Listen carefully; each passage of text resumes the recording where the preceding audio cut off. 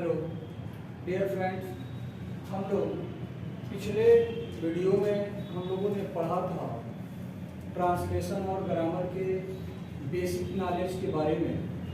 तो एक बार फिर आपके सामने हम लोग आए हैं एक छोटा सा वीडियो लेकर, जिसमें टेंस से संबंधित बात करेंगे, बेसिक नॉलेज से संबंधित बात होगी। केवल इन्हीं शब्दों के साथ किसी को कुरान में ईमान न मिला, किसी को कुरान में ईमान न मिला, किसी को गीता में भगवान न मिला, उस इंसान को आसमान में क्या खाक खुदा मिलेगा। जिस इंसान को इंसान में इंसान न मिला। आइए और अब हम लोग बात करते हैं ट्रांसलेशन की और ग्रामर की। ट्रांसलेशन में हमने कहा टेंस अर्थात टेंस को ही काल कहते हैं, काल को समय कहते हैं। एक प्रश्न उठ के आया कि टेंस क्या है, क्या समय है? तो मैंने कहा टेंस को काल या समय कहते हैं, लेकिन टाइम अलग है। टाइम की बात अलग है और टेंस की बात अलग है। जैसा कि आपको दिख रहा है हमारे बोर्ड पे, टाइम समय, टाइम को हम लोग समय कहते हैं और टेंस को काल कहते हैं। लेकिन अक्सर पढ़ाते समय टीचर इस बात को कह देते हैं टेंस, काल अथवा समय।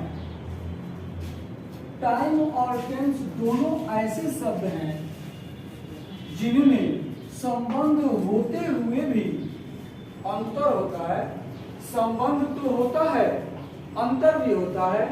तो आज मैं आपको अंतर बताने वाला हूं। टाइम, टाइम को हम समय और टेंस को काल कहते हैं। तो देखिए, टाइम एक ग्रामेटिकल टर्म नहीं है। टाइम ग्रामेटिकल पॉइंट नहीं है, जबकि टेंस एक ग्रामेटिकल टर्म है। दूसरा आप देखेंगे, टाइम एक यूनिवर्सल कॉन्सेप्ट है, सर्वव्यापी है। हम रहे न रहे, टाइम है, रहेगा, टाइम था। टेंस यूनिवर्सल कॉन्सेप्ट नहीं है। टाइम भाषा से स्वतंत्र या मुक्त है, टाइम फ्री है, आजाद है। टेंस भाषा से स्वतंत्र या मुक्त नहीं है। टाइम से दिनों, महीनों, वर्षों आदि का बोध होता है, आदि का पता होता है। जबकि टेंस से दिनों, महीनों, वर्षों आदि का बोध नहीं होता है।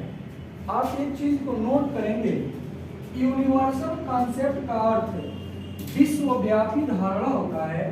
जैसे टाइम का प्रयोग सामान्य अर्थ में होता है, जबकि टेंस का प्रयोग विशेष अर्थ में वर्ब के फॉर्म का निरूपण करने के लिए किया जाता है। टाइम में क्रिया की कोई आवश्यकता नहीं है, जबकि हम टेंस पढ़ेंगे तो टेंस में वर्ब की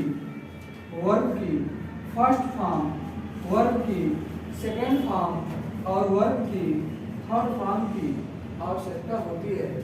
यहाँ तक वर्ब को ही इन्फिनिटिव के रूप में, चिरन के रूप में, पार्टिसिपल के रूप में हम लोग प्रयोग करते हैं। ये चीज भी पढ़ेंगे, ये सब पढ़ेंगे, लेकिन धीरे धीरे। आइए अब हम लोग टाइम और टेंस जानने के बाद सीधा हम लोग चलते हैं प्रेजेंट इंडेफिनिट टेंस पे। आउटला प्रेजेंट इंडेफिनिट टेंस इस टेंस में और निश्चित निश्चित, अनिश्चित होता है इंडेफिनिट का अर्थ इस टेंस में, और निश्चित समय में, वर्तमान काल में, वर्तमान काल प्रेजेंट में,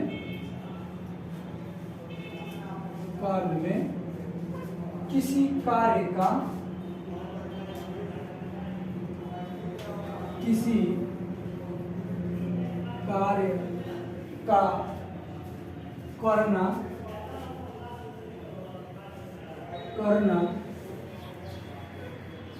या होना पाया जाता है। अगर आपसे कोई पूछता है कि प्रेजेंट इंडेफिनिट टेंस किसे कहते हैं, आप बताएंगे कि प्रेजेंट इंडेफिनिट टेंस में किसी सब्जेक्ट के द्वारा अनिश्चित समय में किसी कार्य का करना या होना पाया जाता है। आइए अब इसका पहचान लिखते हैं। पहचान को आइडेंटिफिकेशन,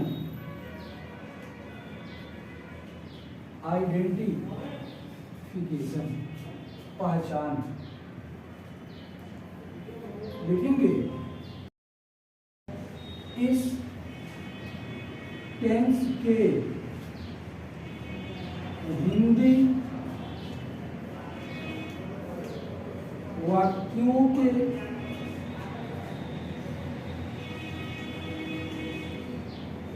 अंत में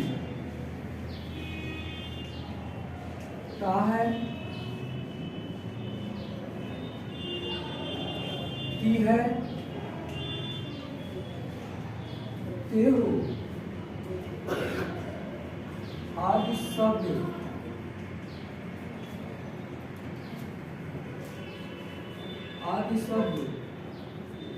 आते हैं। ये रहा आपका पहचान। मैंने कहा प्रेजेंट इंडेफिनिट टेंस के हिंदी वाक्यों के अंत में ता है, ती है, ते हो आदि शब्द आते हैं। इन शब्दों के अलावा और भी है जो आपको बताए जाएंगे। लिखेंगे हम लोग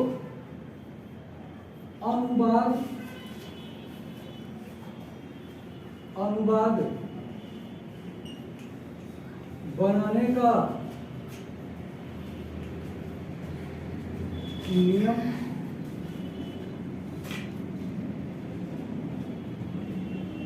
इस टेंस में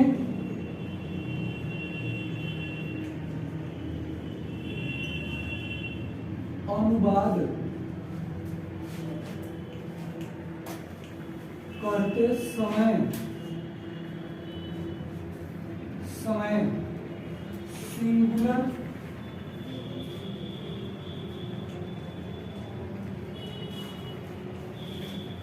सब्जेक्ट अर्थात एक वचन तथा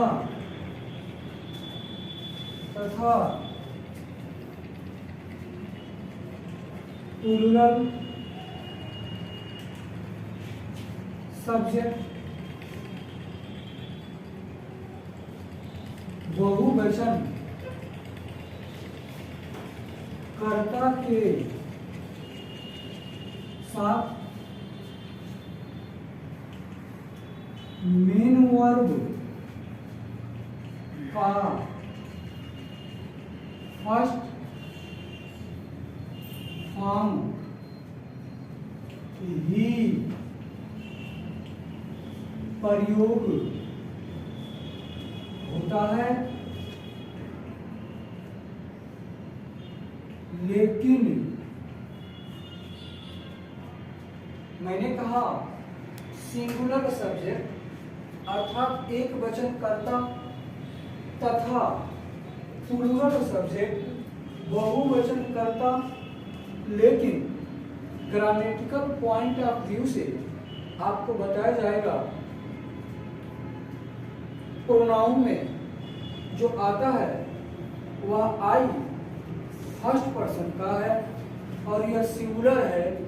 वी जो है वह भी फर्स्ट पर्सन का है लेकिन वह प्लूरल है। और यू सेकेंड पर्सन का है, वह सिंगुलर और प्लूरल दोनों के अर्थ में आता है। और ही सी इट यह थर्ड पर्सन का सिंगुलर है और दे थर्ड पर्सन का प्लूरल है। वह आपको ग्रामेटिकल के पॉइंट से अगले वीडियो में दिया जाएगा। तब तक आप अनुवाद में ये पढ़िए कि ही सी इट एक वचन कर्ता, आई वी यू दे वह बहुवचन कर्ता में आ जाता है। आइए, लेकिन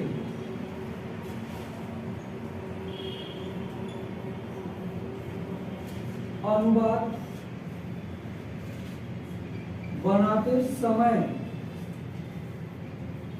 ही सी इट वह एक वचन अर्थात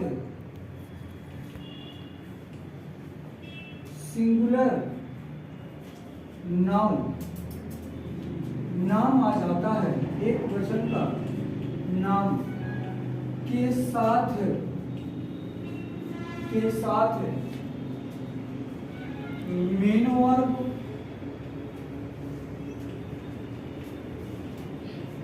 मुख्य क्रिया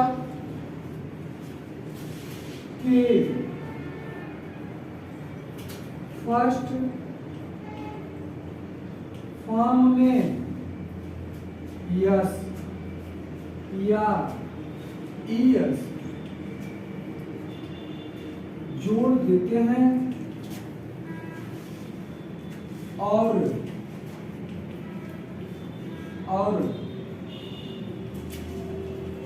प्लूरल सब्जेक्ट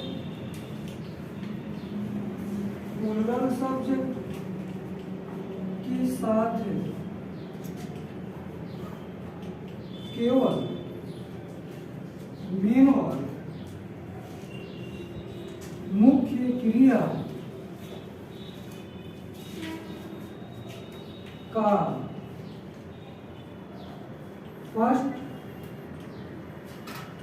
फॉर्म ही लिखते हैं। प्यारे बच्चों, एक बार आप ध्यान देंगे अनुवाद बनाने का नियम। इस टेंस में अनुवाद करते समय सिंगुलर सब्जेक्ट अर्थात एक वचन तथा प्लूरल सब्जेक्ट बहुवचन कर्ता के साथ मेन वर्ब का फर्स्ट फॉर्म ही प्रयोग होता है। लेकिन अनुवाद बनाते समय ही सी इट वह एक वचन अर्थात सिंगुलर नाउन एक वचन नाम के साथ मेन वर्ब अर्थात मुख्य क्रिया के फर्स्ट फॉर्म में यस या ईएस जोड़ देते हैं और प्लूरल सब्जेक्ट के साथ मेन वर्ब यानी मुख्य क्रिया का फर्स्ट फॉर्म ही लिखते हैं। बच्चे कंफ्यूज हो जाते हैं कि किसके साथ यस या ईएस लगाना है, कि किसके साथ यस या ईएस नहीं लगाना है। आइए, अगर सब्जेक्ट की जगह पर आई वी यू या दे अगर आ जाए तो ये प्रोनाउन है, इनके साथ वर्ब में यस या ईएस नहीं लगे, यस या ईएस नहीं लगता है। आ जाए ही सी इट अगर यह सब्जेक्ट है तो इसके साथ यस या ईएस जरूरी लगता है, लेकिन अफर्मेटिव। अगर कोई नाम हो जो बहुवचन में हो, राम और श्याम, उसके साथ यस या ईएस नहीं लगेगा, लेकिन नाम हो, सब्जेक्ट हो, अकेला हो तो यस या ईएस लगता है। जैसे एग्जाम्पल देखते हैं। एग्जाम्पल का दिया जाए, मैं जाता हूं, मैं जाता हूं। अभी आपको बताया गया कि इस टेंस के हिंदी वाक्यों के अंत में ता है, टी है, ते हो आदि शब्द आता है, तो उसमें आ गया मैं जाता हूं। अब ये सब्जेक्ट है आई, और आई के साथ वो लगेगा कि मैं जाता हूं, यस यस यस नहीं लगेगा। लेकिन अगर यही कह दिया जाए वह जाता है, सब्जेक्ट हो गया, वह सिंगुलर है, एक वचन है, थर्ड पर्सन है, ही के साथ मेन वर्ब के फर्स्ट फॉर्म में यस या ईएस लगता है। वो आया है जी में ओ, तो जिन वर्ब में ओ आएगा, यस आएगा, डबल यस आएगा, सी एच आएगा, यस एच आएगा, इनके साथ ई एस जोड़ते हैं, ई गुज। थोड़ा सा इससे बड़ा करते हैं। बच्चों को अनुवाद बड़ा देख के डर हो जाता है कि मैं बड़ा बड़ा अनुवाद कैसे करूँगा। घबराइएगा मत, आप बने रहिए हमारे साथ। बड़ा से बड़ा अनुवाद क्यों चुटकियों में बना देंगे। मैं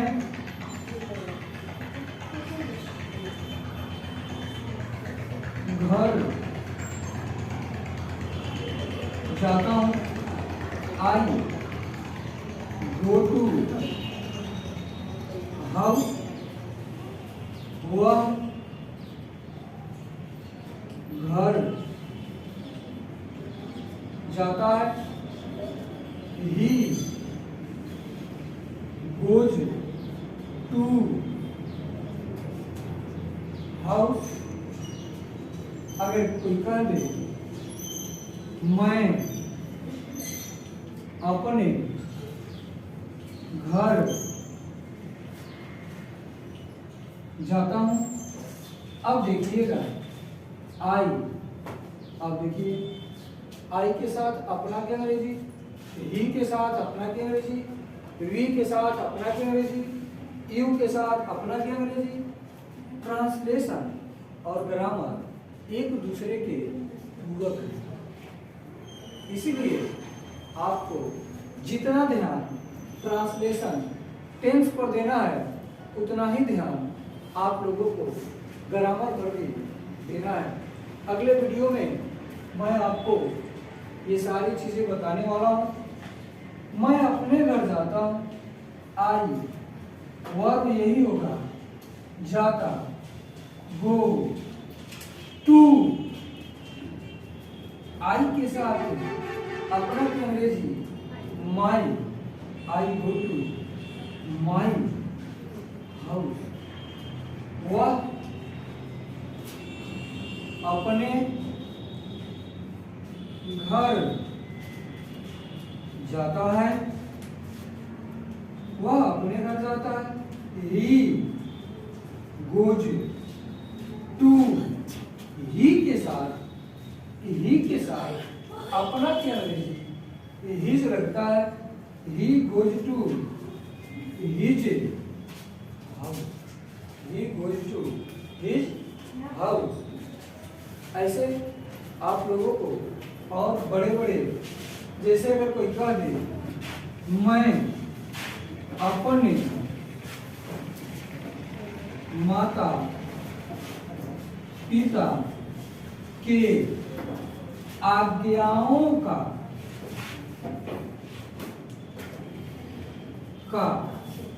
पालन करता हूँ। बड़ा हो गया।